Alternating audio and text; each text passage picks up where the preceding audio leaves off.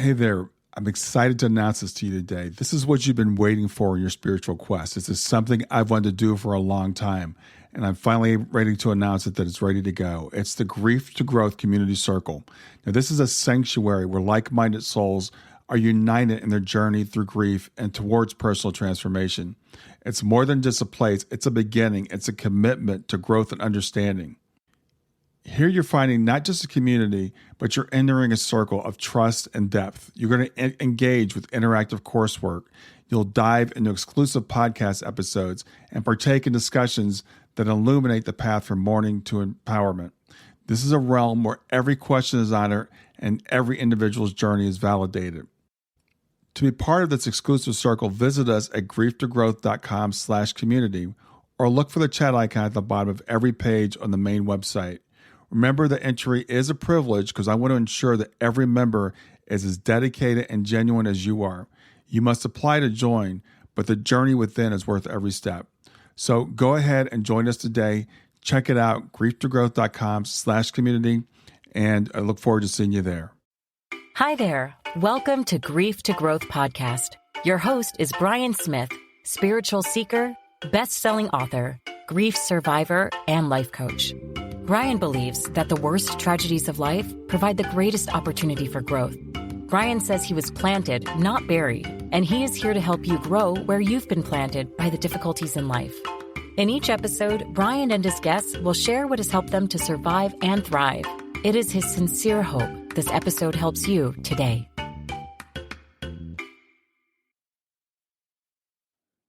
Hey, everybody, this is Brian. I'm back with another episode of Grief to Growth. And today I've got with me Delphi Ellis. And Delphi has written a really interesting book about sleep. And sleep is a subject that I know is near and dear to a lot of our hearts, especially people that have gone through grief or going through grief. And we're going to talk about some of the myths about sleep today. I just finished your book yesterday. It's a fascinating book, so we'll talk about it, and I'll bring her in here in a second. But first, I want to finish your introduction. She's the author of the book is called Answers in the Dark, Grief, Sleep, and How Dreams Can Help You Heal. She's a qualified counselor. She's a well-being trainer and a mindfulness practitioner, and her therapeutic background is in bereavement. And she's supported mainly those bereaved by murder and suicide. She helps people find their mojo and get their sparkle back, especially after a difficult time in their lives. So with that, I want to bring in Delphi Ellis. Welcome to Grief to Growth. Thank you so much for having me today.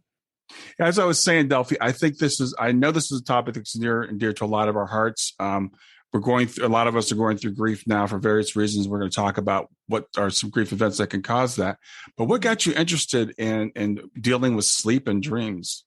So therapeutically, I actually started working with people about 20 years ago, and following my own experience of bereavement, I just naturally kind of moved into that area of wanting to help people find their way through such a difficult time. And it just so happened, because of the way that I was working with people at the time, the majority of people that I worked with was, as you say, bereaved by murder and suicide. It wasn't by design. It just kind of happened that way. Mm-hmm. So I ended up volunteering and supporting people in coroner's court and supporting people through the inquest process, which was, as you can imagine, and it's such a devastating time. And as you know, but before that, I actually had a childhood where I grew up in an environment where we talked about stuff like this. So it was very natural growing up. I remember being asked around the breakfast table what dreams I'd had the night before. And it was only really when I went to school and I was, actively talking about the dreams that I'd had. I remember my friends sort of looking at me like, what is she talking about? As if I was kind of the weird one. But to me, that was perfectly natural. It was natural to be talking about our dreams and our sleep experiences and the nighttime experiences we have. So that's really what happened. Was when I found myself working with people that were grieving, very quickly I realized that when the time was right, they wanted to, first of all, as I call it, help people get their sparkle back. But second of all, they wanted to talk to me about the dreams that they were having, especially some of the dreams that were so vivid and so clear to them. And they just wanted to find ways forward from that. So that's kind of how I fell into it. And I've been doing it ever since. Well, yeah, I think there's, as I said, there's three really interesting topics here. There's grief, there's dreams, and there's sleep. And I do want to get deeper into all of those. But you mentioned that you had a bereavement event yourself. Did that interrupt your sleep when that happens? Yeah, so I was very young when that happened. I was actually 18 years old when my dad died. And it was one of those, it was unexpected. When I look back on it now, I know that it was going to happen. But at the time, certainly at 18 years old, I was not ready for that. Mm-hmm. And so it really, if I'm being totally honest, it changed the whole trajectory of my life. I think had my dad not died when he did, I think I would have probably just certainly probably not moved into the arena that I'm in now, and certainly not with the intensity, of the work that I do now. So yeah, it's fair to say that experience changed the whole trajectory of my life. And so and at the time, yeah, I know for a fact that my dreams and certainly my sleep would have been, impacted by that. Yeah, I think, it's sleep is just a weird thing, and we'll talk about how we want to go to sleep, but sometimes we have trouble going to sleep, and our sleep gets disturbed by events like that. And again, we talked before we start recording. My audience is people that have been through grief, and a lot of times, let's talk about how grief can affect our sleep patterns, if you would. Yeah. So one of the things I talk about in the book is I have this whole section called Under Grief, and it's about recognizing that loss shows up for us in so many different ways, even without anybody dying. So we can experience the loss of when we're made redundant, for example, from our jobs, or when a relationship breaks down. That's the kind of loss that we can experience throughout our lives.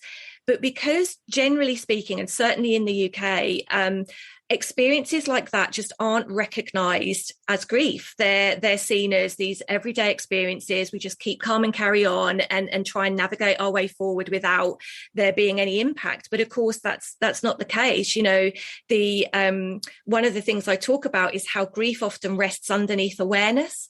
If we've not been given permission to talk about our grief experiences, however that showed up, whether it was the loss of a loved one, whether it was the relationship breakdown, divorce, redundancy, all those kind of things. If we haven't been given permission to talk about that loss and how it's affected us, it will just rest underneath awareness. And of course, during the day, we're very busy keeping ourselves preoccupied so that we don't have to think about the things that are troubling us during the day. But one of the quotes I use in the book is that it's like a hole that we dance around during the day but fall into at night. So we will find ourselves at night, our bed becomes this magical place that reminds us of all the things we haven't done today, but also brings to the surface these experiences that we either haven't processed or we weren't given permission to talk about. And so we find ourselves at night, as I call it in the book, I call it going down the plug hole, and it's dark down there. And we can find ourselves in these almost tormented places where we just can't process or navigate these experiences because we're not being given permission to do that during the day. So that for me is how it shows up in our sleep, where we would, we're having these difficult lifetime experiences. And one of the things that I make the distinction about in Answers in the Dark is that there are things that we do during the day that we know affect our sleep. We know that if we drink too much caffeine, or we exercise before bedtime, or, we eat too late, we know that's going to affect our quality of sleep at night. But I talk in the book about situational insomnia, as I refer to it. And that's very much, it's not so much about what you're doing that's stopping you sleeping, but what's happening to you. And I think that's in the book where I kind of emphasize this, how grief rests underneath awareness and stops us sleeping. Yeah, you talked in the book, you use a term called disenfranchised grief, which is the first time I've heard that. So explain to me what that is. So disenfranchised grief is essentially where society doesn't accept our reasons for grieving, or doesn't consider why we're grieving as a reasonable reason to grieve. So, for example, a redundancy or a relationship breakdown, society might not accept that as a reasonable reason for us to be upset. So people will often say, and I talk a lot about this in the book, about how people often come out with these really unhelpful platitudes, like, there's plenty more fish in the sea, or, they're better off without you. And yet actually when we're in the thick of that pain, those kind of phrases, they just, those cliches don't work for us.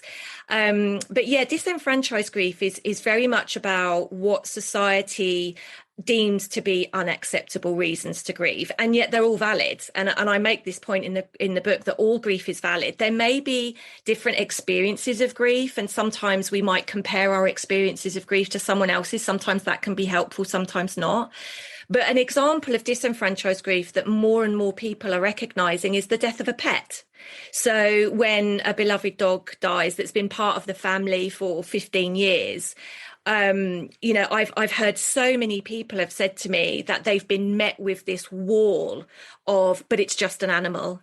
And of course, to that person grieving, that pet was so much more than that.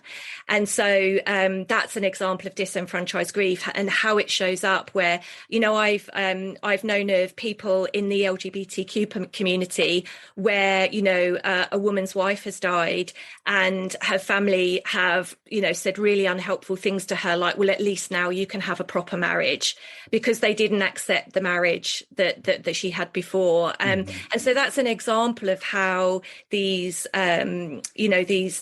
experiences can show up, and that society doesn't acknowledge or accept that person's reason for grieving. And of course, that in itself causes then the grief to go underground. If that person doesn't feel that they can grieve for the person that they've loved and lost, then their grief will go underground. And that in itself can lead to other problems. Inhibited grief, for example, is an example of how our grief shows up as a physical illness, because we haven't been able to process it. We haven't been able to talk about it. And so we might become unwell. So yeah, that disenfranchised grief is something I'm seeing more and more of, where people just aren't given permission by society to grieve for the things that they've lost and loved. Yeah, I thought that was a great point you made in the book, and how we can, even things that other people might not see as a loss, that we could see as a loss. And then, and if, as you said, every feeling is valid, so for people to invalidate, well, it was just a pet, or, people even moving, and losing friends that you might have had in the past, people might say, well, you didn't really lose them, but it's a change, and it feels like a loss. And if it feels like a loss, it really is. Mm-hmm. Yeah, exactly that. And I think the point you made about moving home, for example, one of the things I talk about in the book is when a child leaves home to go to university or to college, and, so many, certainly mums I speak to will say that, they talk about this empty nest syndrome, where that, they've got this empty house or this empty room. And for them, it is a loss. It is a bereavement. And I've known, parents that have cried and cried, even though, as you said, even though that child is still available to them, with the aid of modern technology, that child is just a Zoom call or a telephone call away. But nevertheless, it's that whole thing about what it means for that child to leave home and begin a new life elsewhere. So it's valid. And I think it's so important as a society that we recognise that as grief, and that we talk about it as such. It's not the same as perhaps another person's grief, but it's still valid. Yeah, I completely agree. And I remember when my daughter graduated from high school and went to college, and it was a grief event for me, and I cried. And and it's like, because it's not that they're not available to you. It's the end of a phase. It's a change of status in your life. They're never going to. They'll come home and they'll visit, but now it's a visit. It's different. Yeah. And so I think it's really important, as you said, to acknowledge people when we're going through that. And for people that are going through it ourselves, to say, okay, I have feelings about this and I need to process them, because I love what you talk about. Like when you go to bed at night, that's where you can't hide anymore. That's where all those thoughts start to come back to you. And as you're trying to quiet your mind down, that's when they come out. Yeah, exactly that. And interestingly as well is even those experiences, for example, of a child leaving home to go to university as an adult, people will actually have dreams at that point that their child has died. And you can imagine, it just creates that feelings of devastation. And actually people worry that means that dream is going to come true. And actually the dream is more likely a reflection of that feeling of loss, that devastation of the feeling of loss, even though, and that's one of the things I emphasize in the book about how grief shows up even if no one has died, and it can show up in our dreams as much as it can with our lack of sleep. Yes, and I think it's an excellent point you made in the book about those dreams of a loss of someone or an impending disaster or something. So talk about that. If I have a dream where someone's died, how should I take that? Stay with us. We'll be right back. Hey there, something I want to tell you about today. My podcast platform, Buzzsprout, has recently made it easier for me to allow you to support me financially. Go to www.grieftogrowth.com/subscribe. That's grief2growth.com/subscribe. And once you're there, you can sign up to support me financially. Now, you can do it for as little as $3 a month or, of course, as much as you'd like. If you do that, you'll get access to bonus episodes, and you'll see those in the regular feed. They'll have a lock on them. But when you become a subscriber, you'll actually get access to your own private feed, and you'll be able to listen to the regular podcast along with the bonus podcast for the subscribers. I want to thank you for listening. I want to thank you for sharing the podcast. And I want to thank those of you who support me financially. Have a great day, and on to the episode. So in the book, I talk about these different types of lost dreams that people have, and they can show up, like I say, in different ways. They can show up as we dream about the death of a loved one, and actually that's more likely a fear of loss, a fear of losing that person. Of course, some people, as you know, they will have dreams about that person that has died, and they will, they will have that experience where they are dreaming about their loved one who has died. And those are what we refer to as visitation dreams, where the person that we've loved and lost appears to us in a dream. They appear to us perhaps healthy and well, and they're reassuring us that everything's going to be okay. And those are very beautiful, very spiritual, and quite powerful dreams, actually, in the terms of our recovery and how we find our way forward.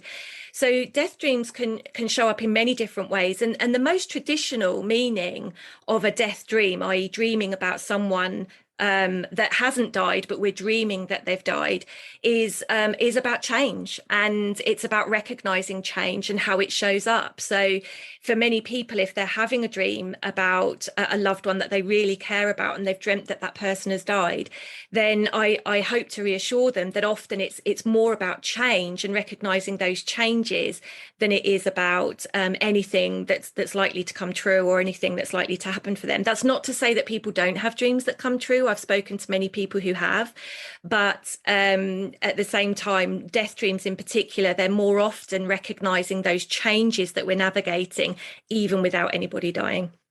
Yeah, and in the book you talked about like these dream dictionaries and interpreting dreams, and I thought you did a really, really good job with that, because the thing about dreams, and I think this was in the book, but I kind of came away with it, is that first of all, there are different types of dreams, right? So there are dreams that are just dreams, So there are dreams that might be premonitions. There are dreams that I think are visits, or where our loved ones visiting us. And there are literal dreams, and then there are symbolic dreams, which is, I think, what makes it so hard to interpret them, because they're just not really rational the way we think. Yeah, you're so right. And I talk about this in the book. One of the things I was very careful to say in Answers in the Dark is that it's not a dream dictionary. I've spoken to enough people over the last 2 decades to know that dream dictionaries can be helpful. They can offer some insight, they can offer some wisdom, but we, as the dreamer, we have our own unique code that has been encrypted. And so our dreams really are speaking to us. That's what makes them so important, is that only we essentially can decode them. Yes, you could go to someone and say, I've had this dream, what do you think it means? Can I work through it with you? And that might be helpful. But at the same time, these dream dictionaries, they're only helpful to a point. I say to people, you're perhaps just getting one bite of the apple if you use a dream dictionary to analyze your dreams. In the book, I talk about how we can explore our own dreams and look to decode them ourselves, but also offer those different experiences you described. So I talk about visitation dreams, I talk about predictive dreams and how they might show up for people. But I'm also careful to say that ultimately, as the dreamer, you're the best person to decide what your dream means. They are encrypted so that only you can understand them. And that then needs a toolkit, and that's hopefully what I offer in the book, is kind of like some insight as to the types of things that you can can think about, questions you could ask yourself when you're having that dream. But you were so right what you said as well. Sometimes dreams can be literal, and sometimes dreams can be metaphorical or symbolic. They can show up in all types of ways. And so often when I've spoken to a dreamer and I've said, when you think about that symbol you've just described to me, what do you think about? What kind of comes to your mind? And so often they'll just instinctively start telling me what their dream means without me kind of doing anything. They're just instinctively telling me what their dream means, but they didn't realize they knew until they started to unpack it and explore it for themselves. So yeah, there's so many different ways of looking at dreams. And one of the things I talk about even in the book is creative dreaming. So there's people throughout history that have literally created their works of art by the dreams that they had. I mentioned in the book, kind of in a jokey way, about Keith Richards dreamt the riff to I Can't Get No Satisfaction for the Rolling Stones. And that's just one example. People throughout history have come up with their scientific discoveries through the dreams that they had. So they are just this phenomenal resource that we have that so often goes unexplored. But if we just take the time to look at them, we can be really blown away by the profound wisdom they can bring. Right. So let's talk about how we can be more intentional about our dreams, because I know that there are people, and my wife actually for a long time would say, I don't dream. And I'm like, you have to dream. Everybody dreams. So how do we become more intentional about our dreams? What are some things we can do so we can remember our dreams better? Because we all dream, but sometimes we don't remember them. Yeah. And one of the things I explore in Answers in the Dark is that there are many reasons why we might not be remembering our dreams. You're absolutely right. We all dream every single night. It's just that we might not be remembering them. So one of the reasons we don't remember our dreams is that we perhaps have grown up in an environment where we just don't see dreams as important. Certainly again in the UK, we're brought up to believe that dreams don't mean anything. So often, a parent would say, if you had a nightmare, a parent would say, oh, don't worry about it. It doesn't mean anything. And yet we know that's not the case. We know that we can interpret our dreams and make sense of them. So, but if you've grown up in that environment where you were told your dreams don't mean anything, just ignore them, then you're less likely to remember them. It makes sense when you get up in the morning, you're just not going to be thinking about the dream you've had the night before. For other people, though, it is because of the busy world that we live in. Even post-pandemic, we're still going at 100 miles an hour all day, every day. And so if the first thing you're thinking about in the morning when you wake up is where you've got to be, who you've got to see, what you've got to do, you're less likely to remember the dream you've just had. You might have a sort of faint echo of it. There might be a faint echo of it in your mind. And that's one of the reasons why I encourage keeping a dream diary. So you can actually start to firstly just keep a note of the types of dreams you're having, but also explore patterns in your dreaming. You will start to see patterns in your dreaming and why you dream certain things when you do. So yeah, to be more intentional with our dreams, really, it's about firstly and foremost is kind of saying, do you know what? There's something to dreams. There's something that I could use these as an additional resource, as an unexplored resource. So even just going to bed at night, when you're going to bed, if you just say to yourself, I'd really like to remember my dreams tonight, maybe even keep a diary or a pen and paper by your bed that kind of sets that intention that when you wake up, you want to remember it. And then you will find over time that starts to happen. It might not happen straight away, but certainly within a few days, you might find that you start to remember even just the echoes of a dream you've just had. And then when you wake up in the morning, it's just laying still, just noticing all the kind of thoughts or the sensations or the feelings that are going through your mind and just keeping a note of them. If you don't write your dream down within about 5 minutes of waking, it will just disappear into the ether. Unless something happens later in the day when you think, oh, I've just remembered my dream, then there's a good chance it will just disappear. So it won't go into your long-term memory unless you write it down. Do you know, is there a scientific reason why dreams fade so quickly? That they seem to be like you said, almost ethereal. It's like they're just, we wake up, they'll have vague memories. Something might trigger us later in the day, but if we don't like really ruminate on that dream when we first wake up, it just kind of fades away. Yeah, so I once read a piece of research that said if we remembered every single dream we had, our brains would be so big we would need to carry it around in a shopping cart, right? So that kind of does make the point that we're not meant to remember every dream that we've ever had.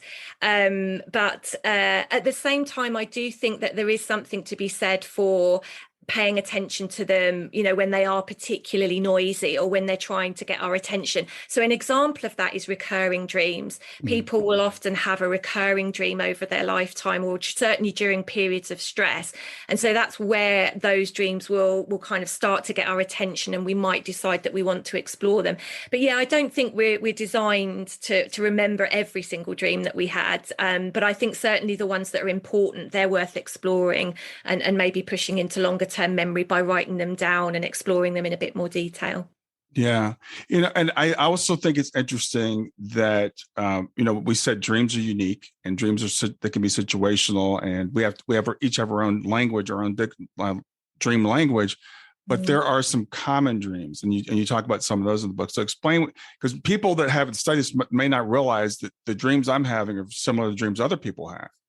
Yeah, so again, I talk about a few of these in the dreams. Some of them, there are common dreams that people have after a bereavement, for example. So one of the most common dreams that people will have after a bereavement is that they're lost and they can't find their way home, or they can't find their car, or they can't find, something that has personal meaning to them. So that feeling of lost, if you like, is the representation of loss, literally feeling lost in the world and just not knowing where they belong or where they fit in. So that's one example. But another type, certainly of anxiety dreams that people have, a really common one that I've spoken to people about over the years is that they dream about losing their teeth. And this is actually another common dream that people have if they're fearful of loss. So in some cultures and some traditions, the interpretation of the teeth dream is different. Depending on which parts of the world you go to, the interpretation of the tooth dream is different. So in the UK, and I think it's the same in the US, if you lose a tooth as a child, you exchange it for money. So we have the tooth fairy, and we might exchange our tooth for money with that perspective. So if that is our tradition, if that is the environment that we've grown up with, where during the day, if our tooth has fallen out, we would exchange it for money, then teeth would symbolize that feeling of loss of status, or it's something to do with money or wealth or status. Whereas in other parts of the world, to dream of losing a tooth is a fear of losing a loved one. If you like, the tooth is bone represents the body. And so for some parts of the world, to dream of losing a tooth is a fear of losing a loved one. And so again, you can understand why people get nervous about that. They get understandably nervous about dreams of losing teeth because of their tradition of believing that it's something to do with the death of a loved one. So yeah, common dreams it's one of the reasons I encourage people to keep a dream diary, because you will find that there are patterns in your dreaming over time. I've kept a dream diary for years. And I remember when I was first starting out on this journey about 20 years ago, and I just wasn't sure about where I fitted in and what I was going to be doing. I knew I wanted to go into this arena, but I wasn't sure where I fitted in. And it was only years later when I look back at my dream diary, and I am talking about sort of 15, 20 years ago, that I saw that I kept having this recurring dream that I couldn't find a parking space. So that, if you like, the parking space was the symbol for me trying to find where I fit in. And it was only by looking at that, it was only when I started to realize I kept having this recurring dream of trying to find a parking space, that I realized that that's what I was navigating at the time. So that's how dream diaries could just be so valuable to help us understand, where we're going, what we're doing, and what's happening. Yeah, and a couple other dreams that you talked about in the book, which I've had. Like I have a dream a lot of times of like being back in school. I'm sitting there, I'm given an exam, and I haven't been in that room a day in my life. Or I'm walking through the hallway and I know I'm supposed to be going to class, but I don't know what class I'm going to. Or I'm at an airport and I'm catching a plane, but I have no idea what time the plane is coming. I've had that dream since I was a little kid.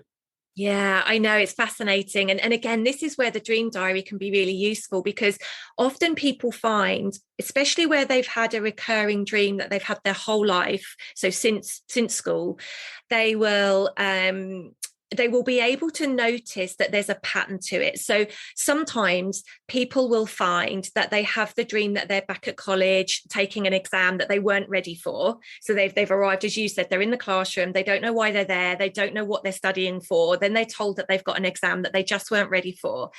And so often that is representative of a period of stress. So just as when you were back at school, maybe taking your exams or studying for a test, you would have felt an element of stress around that. Mm-hmm. And it's almost like the dream imprints on our memory, or that memory of school imprints in our minds, so that the next time you feel stressed, it's almost as if your dream, a bit like a friend coming along and saying, you remember how stressed you were at college? You're that stressed now. Mm-hmm. And so it's almost like the dream is reassuring you that, you've been here before, you've got through this before, you're going to be fine, but I'm just reminding you that you're as stressed now as you were then. Wow. And so that's again where that's where the dream diary can be helpful. Wow, I never thought of that way, and I love that interpretation of it also, because like I said, I had the dream, but it seems random because I don't keep a diary of it. It's just like every once in a while I'll have that dream. So yeah, that's like I said, the thing about the book, it really prompted me to think about, because there's several, we don't have time to go through all of them right now, but I'm like, I've had all these dreams, I'm like, and I thought I was the only one, but I do want to talk about flying dreams, because I think flying dreams are really cool. And I didn't realize how common those were. Grief to Growth in just a few seconds. Did you know that Brian is an author and a life coach? If you're grieving or know someone who is grieving, his book, Grief to Growth, is a best-selling, easy-to-read book that might help you or someone you know. People work with Brian as a life coach to break through barriers and live their best lives. You can find out more about Brian and what he offers at www.grieftogrowth.com, www.grief2growth.com, or text growth, GROWTH, to 31996. If you'd like to support this podcast, visit www.patreon.com/grieftogrowth, www.patreon.com/GRIEF2growth to make a financial contribution. And now, back to Grief to Growth. Stay with us. We'll be right back. Hi there. I'm really excited to tell you about my latest ebook. It's 4 lessons that you can learn from the near-death experience without going through all the trouble of dying to learn them. I've been studying NDEs for several years now. I am completely convinced that not only are they 100% real, but that there's some very universal wisdom that we can get from the near-death experience. And I've distilled that down in this book into 4 short lessons. And I've also given you all the reasons why I believe that NDEs are absolutely real. So go to www.grieftogrowth.com/NDE lessons to pick it up for free. www.grieftogrowth.com/NDE lessons. I hope you enjoy it. Yeah, so I mean, in when I've been talking to people again around the world, when I've spoken to people, there are these kind of real, almost like a top 3 or a top 5 common dreams that people have. One is the losing tooth dream, and the other one is another one is this flying dream.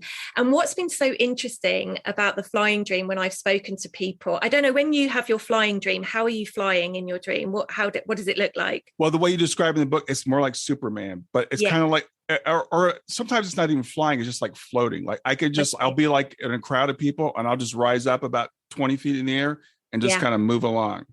Yeah, I love that. And so when I've spoken to people over the years, there's been almost 2 people are never quite the same. So there'll be people that associate with the, like Superman and you're going through the air that way. And then there will be other people. So when I fly in my dreams, I fly like Iron Man. So I have thrusters in my hands, and I can, if I push the thrusters down, I go up. And if I let the thrusters off, I come down. If I lean forward, I go forward. If I lean back, I slow down. So it's really interesting, because I've spoken to people over the years and these are the flying dreams where you're literally flying. It's not in an aeroplane. You are literally flying as if, you are Superman. And so many people, I've met people that swim doing breaststroke or, front crawl, like they're swimming, but they're actually swimming through the air. And the interpretation for that, again, has been varied over time. For some people, it's they're not feeling grounded. So there's something happening in their life at the time that they just don't feel connected. They don't feel grounded. It's almost as if there's just no space between their feet. There's nothing underneath their feet. They feel groundless. But for other people, and I use the metaphor deliberately, we would consider them to be high flyers or high achievers. And life is just great. So they will have these flying dreams where, their life is just, they're soaring through the sky and experiencing that flying dream. So again, it's different for everybody. And again, that's where the dream diary can be useful, because you might be able to connect with why you have the dreams where you do. And we do use metaphors when we're awake. We say things like, oh, you know what, I'm just flying at the moment. Mm-hmm. And so that makes sense that it would show up in our dreams at night. Same way as if, I'm just floating on cloud 9, we say things like that. That makes sense when you think about it, that would then translate into a dream about that at night. Yeah, I think it's just interesting that so many people have the flying dreams when obviously we can't fly. We've never flown before, but I know the feeling. I know what it would feel like if I could, because I've done it so many times. Exactly that. So I want to talk about insomnia, because insomnia, how big of a problem is insomnia? So we know now that insomnia is a global problem. Organizations like the World Health Organization, certain research recognizes something like 1 in 5 of us globally. So about 20% of the world's population suffer with insomnia. And when I talk about insomnia, I'm talking about trouble falling asleep or staying asleep, and certainly over a period of time. One of the things I'm careful to talk about in Answers in the Dark is that it's quite normal for us to have periods of poor sleep. If you've got a new baby in the house, if you've just had a relationship breakdown, it's quite normal, and you are built to withstand a period of poor sleep. Nothing bad is going to happen if you have the occasional poor night's sleep. It's more when it starts to interfere with our everyday life. And of course, the problem with that is, we know that if we have a poor night's sleep, that affects how we feel during the day. And if how we feel during the day is anxious or upset, that's going to affect how we sleep or not at night. So it becomes this vicious cycle. We don't sleep because we're not doing okay, and we're not doing okay, so we don't sleep. So inevitably, what that means is that it's becoming an increasing problem. And some people, they are quick to say that the introduction of technology, the availability that we have to people 24 hours a day, 7 days a week, using our phones all the time, that does have an impact, and that's fair to say. And I do talk about that a little bit in the book. Mm-hmm. But I also think we need to recognize, like I was saying earlier, we need to recognize the circumstances that we might be navigating at the time. It's not just using your phone, or it's not just drinking coffee that's stopping people having a bad night's sleep. Most people that I speak to know that they need to cut down on coffee, or, they need to get an earlier night. But it's because of this, what I was describing earlier, this going down the plug hole at night, when you're just so immersed in your own thinking, that for me, and I talk about in the book, there's some research that identifies that when we're awake at night, because we then start to worry, and now I'm not sleeping, and what am I going to be like in the morning? I'm going to be so tired tomorrow. And we kind of start getting caught up in those thoughts as well. And so, of course, we don't sleep. And so for me, I think, yes, we do need to talk about, the basic stuff about the coffee and what have you. But I think we also need to talk about what's contributing towards that. And so much of it is what's happening in our minds at night. Yeah, it's what I loved about the book, because you talk about sleep hygiene, which are things that we kind of know. Sometimes we don't do them, but we kind of know what they are. But if you're not sleeping, that's not the only reason. And I love you talk about the situational insomnia and the fact that our minds can tend to be racing. And one of the things I learned a while ago about, not being able to sleep is, for me, do not look at the clock. Mm-hmm. Because if you wake up in the middle of the night, because that starts that cycle, I don't want to out anybody, but some people they'll look at the clock and then they'll start calculating. And you say this in the book. Yeah. How long do I have to get to sleep? And then it's like, and then you look at the clock again. It's like, well, now I only have this long to get to sleep. Yeah. And next thing you know, you're keeping yourself awake worrying about the fact that you can't sleep.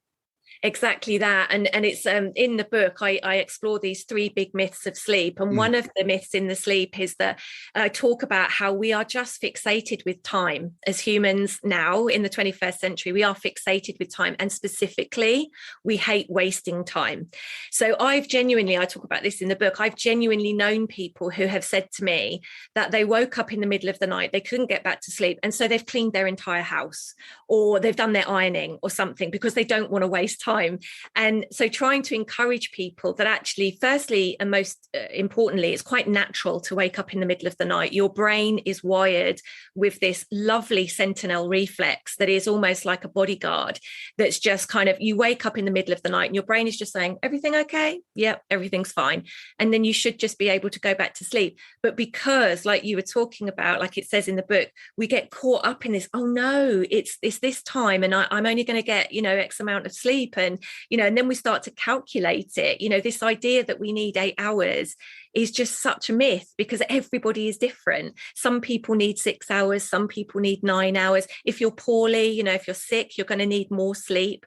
So, but we've got so fixated with this idea that we need 8 hours sleep, that if we don't get the 8 hours sleep, we think, when we wake up in the night, we think, oh no, I'm not going to get my 8 hours. And of course, then we start again, we go down the plug hole again with this kind of catastrophic thinking about how bad it's going to be if we don't sleep. And ironically, that stops us sleeping. There is no way your brain is going to authorize sleep if you are, tying yourself in knots about how much sleep you're going to get. Yeah. Well, let's talk about the three big myths of sleep. What are the three myths? So in the book, I talk about these three big myths of sleep. And the first one that I really kind of unpack is this 8 hour myth. It's the idea that we all need 8 hours sleep every single night. And we know that's every time I've spoken to somebody about this, they'll say, actually, I get by just fine on 7 hours, or I get by, with 9. 9 is good for me. And actually, the research also supports that even if we did all need 8 hours sleep, we're not getting it. The research supports that. Most people I know certainly don't get 8 hours sleep. So this whole thing about we need 8 hours sleep is a big myth. And I really try to unpack that. That's not to say that we don't need time to sleep. But I say in the book, I talk about focusing on quality rather than quantity. So instead of getting caught up in this idea that you need 8 hours, just focus more on getting a good quality, refreshing night's sleep. The other myth that the second myth that I explore is that it's unnatural to wake up at night, and that we've got ourselves caught up in this idea that, we're meant to sleep for this 8 hour solid chunk in the middle of the night. And I really think that I talk in the book about the research that supports the fact that we just weren't built that way. I mean, it would be lovely if we could split our days very neatly into these three sort of blocks of 8, where we've got 8 hours for work, 8 hours for play, and 8 hours for sleep. That would be really convenient, but we're just not wired that way. We are designed to some extent for polyphasic sleep. We're meant to we go to bed, we wake up, we go back to sleep again. So this idea that we have this solid 8 hours sleep, whilst yes, it would be very convenient, for many people, the fact that they wake up in the night, they think they're doing something wrong. They think, oh, well, I must have got this wrong. I must have done something wrong. And so they end up invariably laying awake because they think, and now I've done something wrong and now I can't sleep. And then the other thing I talk about the other myth I talk about is the fact that bedtime is not a specific time. And this links into the other two myths, which is, so what tends to happen is, say I have to be up at 6 a.m. If I've bought into this 8 hour myth, I will say, right, I've got to be up at 6 a.m. I'm going to subtract 8 hours so that I get my 8 hours sleep in. So I need to be in bed by 10 o'clock. Mm-hmm. And we're just not built that way. We are just not built that way, where we can program ourselves, like robots, to say to ourselves, okay, I've got to get to bed at 10 o'clock and I've got to be asleep by 10 because I've got to be up at 6 a.m. What tends to happen, and what I encourage in the book, is that you start to notice when what we call sleep pressure builds.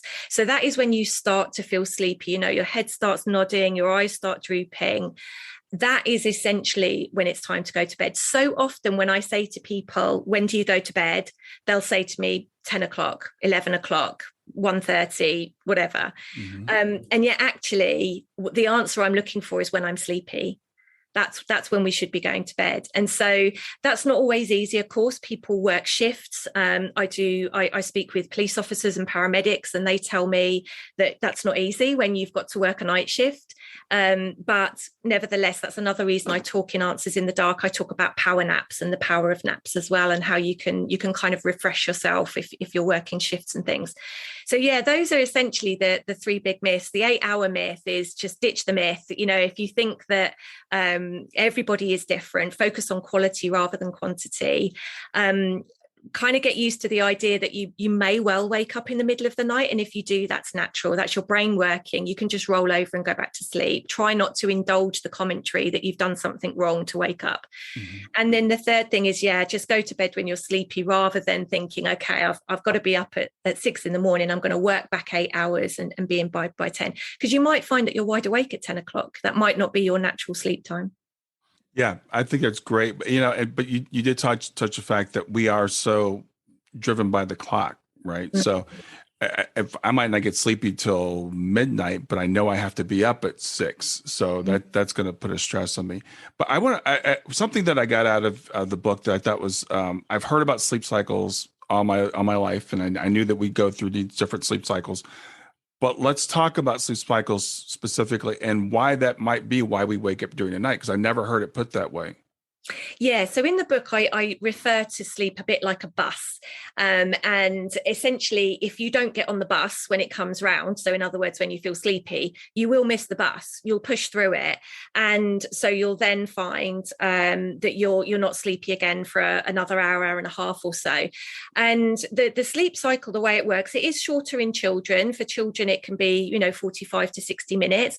But in adults, predominantly, it's an hour and a half to 2 hours, depending on, the individual. Mm-hmm. And so one of the things that I talk about is getting to know your sleep cycle. So if you know that you've got to be up at 6 a.m. or thereabouts, then if you know you start to feel sleepy at, say, 10 o'clock, then you could, if you know that your personal sleep cycle is about an hour and a half, then you can work forward and work out the best time to set your alarm. So instead of setting your alarm for 6 o'clock, which might actually be when you're in the middle of deep sleep, and you'll wake up, I talk about this in Answers in the Dark as the hangover effect. You wake up in the middle of deep sleep, your mouth is dry, you've got a banging headache. That's why it's called the hangover effect. Mm-hmm. You instead of that, you just work forward, working out what your sleep cycle is. You can just work forward and work out, okay, well, I'm going to be naturally waking up or naturally kind of coming towards the end of one particular sleep cycle at 5:30. So instead of setting my alarm when I'm going to be in the middle of deep sleep, I'm going to set my alarm for when I know that I'm going to be naturally wakeful anyway. So I'm not wrenching myself out of sleep. So yeah, that's essentially where I'm coming from with the sleep cycles, is getting to know yourself a bit better, recognizing that sleep is like a bus. If you miss the bus, you're going to have to wait for the next one, which when I talk to people, it's about an hour and a half later. But just know that it will come, the bus will come back. It's just, you're going to have to make sure that you're setting yourself up for a better night's sleep. So doing all the right things before bedtime, like winding down, less caffeine, those kinds of things, so that you start to feel naturally sleepy. And then working out when you would naturally be awake based on, and I provide a kit in the book about how to work out those kind of patterns when you wake up naturally and that kind of thing. Mm-hmm. Yeah, I've noticed, and for me, it's like when I wake up on the weekends when I don't have an alarm, so I get up, my alarm goes off at 6. Mm-hmm. But I found I'm getting into light sleep sometime between 5:30 and 6. That's where I feel like that's why I'm waking up kind of naturally. Yeah. And it's interesting because if I do go back to sleep during that time, then I fall into a heavy sleep, mm-hmm. instead of getting up when I'm in that light sleep cycle. So I really love that about the book. And I love the fact that now we know that it's normal to wake up during the night, because as you said, a lot of us think that we're doing something wrong. I should just go to bed, be knocked out, and wake up, that many hours later. But that's a normal part of our sleep cycle, which I hadn't known before.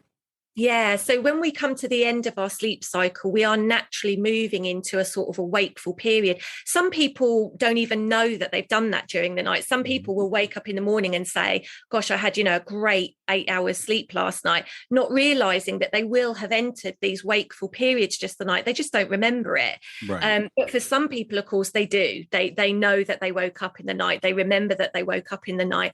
And of course, then if they buy into this narrative that they shouldn't be awake, that's when they start beating themselves up and saying, oh no, what's wrong with me? Why am I awake? So that's where I try and encourage people to remember it's just your brain working normally. I mean, that's not to say, if people are just waking up every 20 minutes or so, or if they're just not sleeping at all, then of course they should go and talk to someone about that and get the help that they need. But I think we do need to normalize to some extent, the idea that it's quite natural to wake up in the night, not least of all, as I mentioned in the book, because you might need the loo, you might need the toilet. And Mother Nature is not going to wait for anybody. So, if you've got to go, you've got to go. So your brain and your body is just working as it's meant to during the night. And if you can kind of get used to that, the idea that it's just responding to whatever else is going on in the environment, then sometimes we can just roll back over and say, yeah, this is normal. I'm just going to go back to sleep. Yeah, I think that's going to help a lot of people because, as I said, I think people, we think, okay, there's something wrong. We wake up, we look at the clock, we start doing the calculation. For me, it's just so freeing to know it's normal for me to wake up during the night, and I can, and that's just part of the natural sleep cycle. And speaking of that, you use the term in the book I'd never heard before, orthosomnia. Yeah. So I want you to explain to people what orthosomnia is. So orthosomnia is where a person has got so fixated on the amount of sleep that they are getting that has created its own form of anxiety.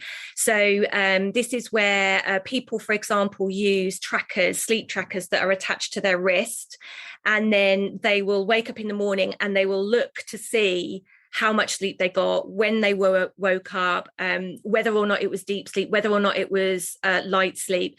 And they become so fixated on that particular, that analysis, that result, that it is creating its own form of anxiety. And so this is quite a new thing. This is quite a new thing. And some attribute it directly to the creation of these trackers. And so this is one of the reasons I say to people, the best way to know whether or not you had a refreshing night's sleep or not is how you feel. Mm-hmm. It's not what your fitness tracker says. It's how you feel. But some people have got so kind of caught up that it's created its own anxiety that they start to then think, oh, I'm not sleeping enough. I'm not getting enough quality sleep or what have you. And instead, really, we're kind of tuning out to listening to our own bodies when our body is speaking to us all the time. It's telling us that we're thirsty, we're hungry, we're tired. And so, yeah, the idea that we've got so caught up in how much sleep we're getting and how many times we woke up and whether it was deep sleep or not, it's created its own anxiety, which is becoming a real problem for some people. Yeah, and having said that, I used to have a Fitbit, and I had the Fitbit, and it's got the sleep tracker on it, and then you could get apps that were even more detailed. Yeah, and I know people who would get all caught up with like, this is how many hours of sleep I got. I didn't get enough sleep. And why was I in light sleep then? I want that to be deep sleep. I want to always be, in deep sleep. And that's not the normal cycle. So I do have an Apple Watch now. Just I want to say about Apple. People ask them, why don't you have more detail in your sleep app? And they said they didn't use the word orthosomnia, but they're like, we don't want to contribute to that because people were getting too caught up in, not everything that can be measured, I guess, should be by that kind of data, because we don't understand our own bodies and our own sleep cycles. And speaking of sleep cycles, I know we talked about sleep hygiene a little bit. Let's talk about what is the sleep cycle repair kit. So the Sleep Cycle Repair Kit is essentially my offering of different ways that people can start to think about how they might be able to improve their sleep. One of the things I talk about in Answers in the Dark is that when I talk to people about why they're not sleeping well, they know, like I said earlier, they know all about the sleep hygiene stuff, the tips, the habits that we have during the day that might stop them sleeping at night. So they're exercising too late, or they're eating too late, or they're drinking too much coffee. So most people know, but I've still offered some sort of top tips, and I've actually offered a sleep hygiene type questionnaire, so people can actually look at their habits during the day and see whether or not they might be able to improve those areas in some way, shape, or form. So that's part of the kit. But the other part of it as well is it moves into talking about some of the nighttime phenomena that we have. So that might explain some of the experiences they have, which again we can often normalize as we're going through a period of stress or something like that. But I also offer mindfulness activities. And in my work, certainly over the last 10 years, I have found that sleep is mindfulness is a proven strategy for getting a better night's sleep. And once we know how to do it, and I'm not talking about the mindfulness stuff that we, those kind of short-term tricks that we might use. I'm talking about the authentic, which is the way that I was trained, the authentic mindfulness, where we really kind of get used to this idea that thoughts are just thoughts. They don't need our time and attention. We can pick and choose which thoughts get our time and attention. And so authentically kind of looking back at what it actually means to be mindful, and then kind of picking our battles, making decisions and good decisions about which thoughts get our time and attention. So I talk about that. I talk about the mind at night and how we can start to manage the mind more helpfully. And that is using different types of mindfulness activity and different types of mindfulness tips. So I use things like mantras and affirmations that people can repeat to themselves during the night. A lovely one that I talk about, which is actually specifically for middle of the night waking. There's a beautiful mantra called breathing in, I calm my body. Breathing out, I calm my mind. And that is just such a lovely mantra to say in the middle of the night. If your mind is swirling with all types of things, just saying those words in your mind can be enough to just bring you back to center and just help you get off to a lovely, refreshing sleep. Yeah, I think that's so important. I've discovered that myself in the last few years, that mindfulness is really the thing, because our minds are meant to be thinking. That's what they do. And I know a lot of people, when they think about mindfulness or meditation, they think it means turning your brain off, and we can't do that. So you've got to kind of give your brain something to do. So a mantra is a great way of doing that. Or if you practice mindfulness during the day, learning how, okay, I just refuse to have this thought. I'll have this thought tomorrow, and put that thought out of your head.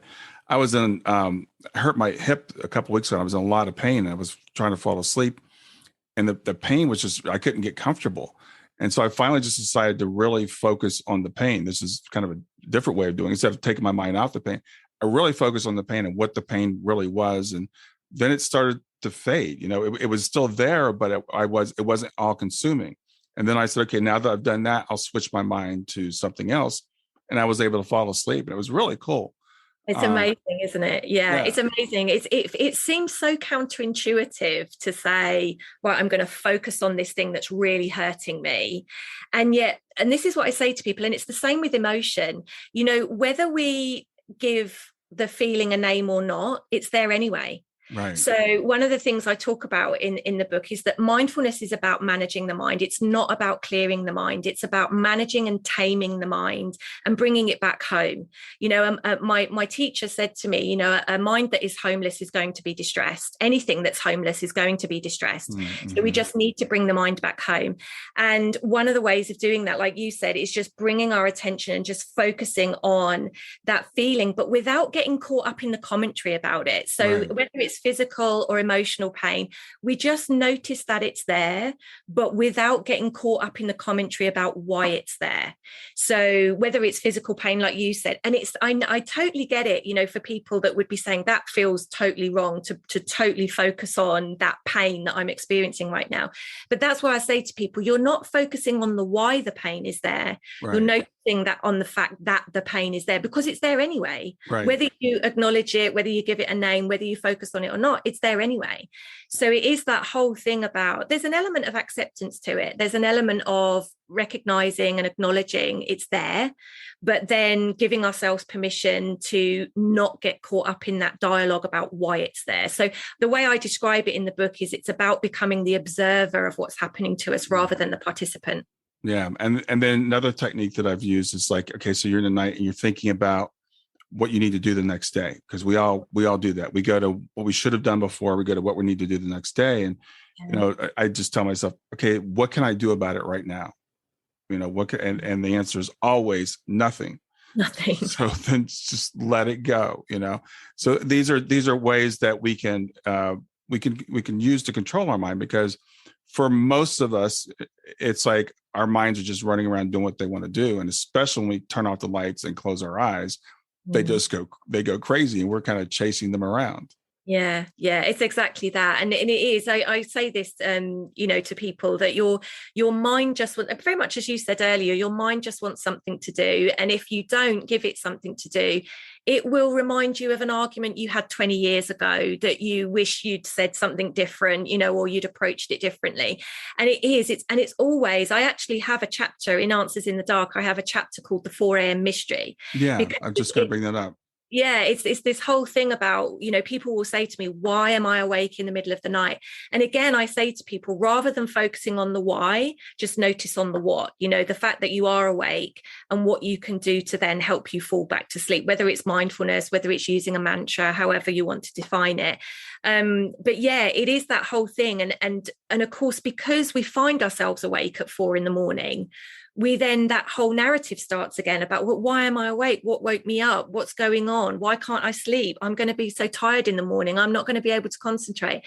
And of course, then we end up, like I say, going down the plug hole again. So it just becomes this vicious cycle. But yeah, the 4 a.m. mystery is a fascinating phenomenon. And I give examples in the book about how if you watch a movie, or I think it even features in The Simpsons, where Homer refers to 4 a.m. in one of his conversations in his mind. And it's that thing about again, different traditions, they say that there's reasons why we have middle of the night waking. Some people say that it is because that's the time when we're reflecting or we're experiencing loss and grief, and that's why we wake up. If we're depressed or anxious, we do find that we wake up between 3 and 4 in the morning. But for other people, it will be, I mentioned one example in the book, it will be something really practical, like someone's heating coming on at 4 in the morning, and that wakes them up, so it is, again, it's about being able to and I give tools for this in the book, about just kind of keeping helpful records so that you can start to think about what those patterns are and what might be contributing towards that. Well, I've heard people say that witching hour, that somewhere between 2 and 4 in the morning is when spirit talks to them. Yeah. And I know for me, that's when I get my best ideas. It's that time somewhere between 2 and 4. Yeah, and I say that actually in the book. I talk about that, some people, poets, writers, creators, don't forget I mentioned Keith Richards, and he had the dream about the rift, so I can't get no satisfaction. And so yeah, people throughout history have had some of their most spiritual encounters or experiences in the middle of the night. And that's one of the reasons why in the book I have a chapter called Into Darkness, and it's one of the reasons why I try to help people befriend the dark. So rather than seeing it as the enemy, actually trying to befriend the dark a little bit and seeing if there is something that it can offer you. I know that for some people, when they find themselves awake at that time of night, that's when they have the most awful thoughts, or they have the most difficult experiences. And that's why I say it's so important that you just hold on for dawn, just hold on for the morning, because things often look so much better in the morning. But on the other side of that, like I say, there are creators and poets and writers and all those artists that have had these wonderful moments, and as I say, those spiritual moments in the middle of the night. And so there is something in just listening, rather than trying to sort of fix it or sort it, in a way that's unhelpful, is actually just listen and pay attention. Yeah, I love that chapter into the dark. I know you talked about a message that you got at that time of the day. So I love that instead of, the thing is, in our society, we've been taught to fear the dark. We've been taught that darkness is bad.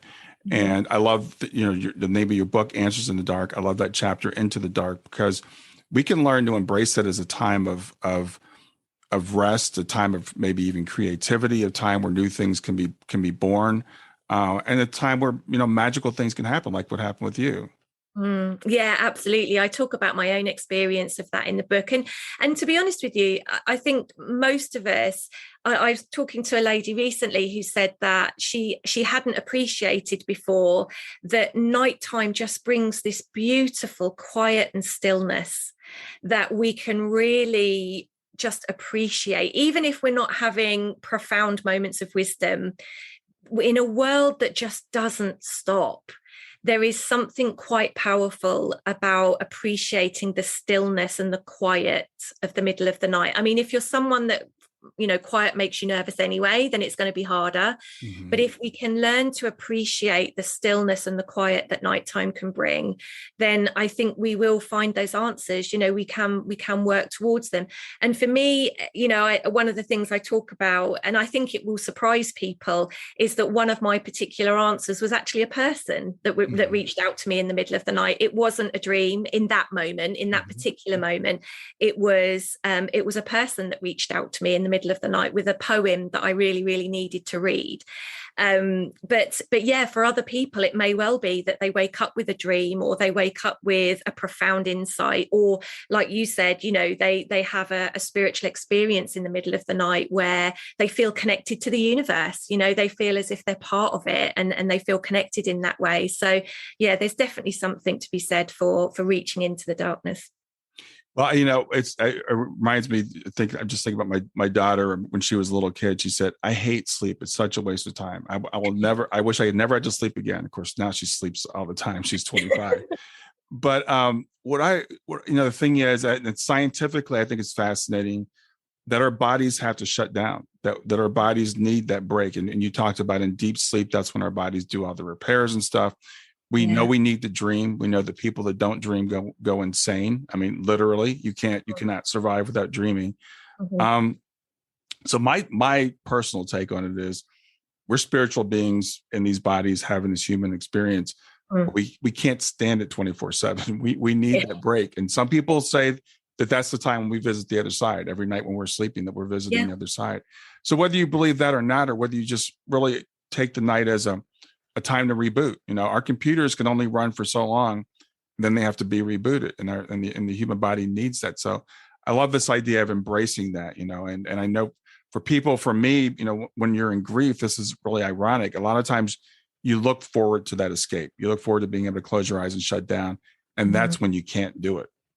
So that's where this book and your techniques and your understanding could really help people to claim that time back. Yeah, thank you. And that's really where I was coming from with the book. I mean, the book took me around 10 years to write. And the reason for that was because there was just so much research and so much academic stuff that people were kind of shipping out in terms of why we don't sleep and what we need to do differently. And in the end, I just decided to talk about it in a way that I teach it, the way that I talk about it, just as I'm talking to you now. If we can just start to normalize some of our experiences, grief, things like understanding people's grief and recognizing it for what it is. And then recognizing that, just as you said, we need that time to rest and relax. We cannot stay on the treadmill 24 hours a day, 7 days a week. We need time to rest and recharge. And so if we can start to normalize some of these conversations, and that's how I talk about it in the book. It's like I'm having a conversation with you. I'm just kind of talking about it in the way that I teach it. And hopefully that will bring people some reassurances that they're not getting grief wrong, that, they're finding their own way forward with a difficult time, and that there are things out there that might help. Yeah, I love the style that you wrote the book in, because frankly, a lot of times the subject can be academic and boring. It's just like you're talking now. You've injected humor into it. You've made it, really understandable for people that may, we talk about sleep cycles and REM and light sleep and deep sleep. That might turn some people off, but just understanding that this is normal. We don't just fall asleep and we're knocked out for 8 hours. And if you wake up in the middle of the night, it may be because you have to go to the bathroom. It may be because your heat kicked on. Some people are very sensitive to noises. One of the things my wife does is she wears earplugs every night. I was teasing her about it last night. I said, "What are you blocking out?" And she said, "Do you hear that like noise way off in the distance?" And because we live near train tracks, and I'm like, "Yeah, I hear it, but I just naturally block it out." But her mind goes to whatever she hears. Yeah. If something's creaking downstairs, the house, so she wears earplugs and it helps her to sleep better. So maybe we can learn little tips like that. Yeah, amazing. And I do say, it's finding what works for you and doing more of it. That's essentially it. It's finding what works for you and doing more of it in a way that feels healthy, and if you play the long game and you think to yourself, if I keep doing what I'm doing now, where am I going to be in a year's time? Whereas if it's something healthy and helpful, again, asking yourself that question, if I keep doing what I'm doing now, and this is one of the reasons I say to people, just stick with the mindfulness. It's not for everybody. And I know that. And certainly you have to pick your moments when you're doing mindfulness, especially if there's trauma associated with your experience. Then it's always better to speak to someone before you engage with that. But certainly, try and stick with some of the practices, and you might find over time that things improve. Yeah, absolutely. Well, Delphi, it's been really wonderful having this conversation with you. Anything you'd like to say as we wrap up today? No, just thank you so much for this wonderful time with you today. Thank you so much for holding space with me. And if people do want to find out more about the book, it does have its own website. So answersinthedark.com is where people can find it. Okay, so that's his own website, and your website is delphiellis.com. Is that correct? That's it. Yeah, they can find the book there as well. Yeah, it's Delphi, Delphi.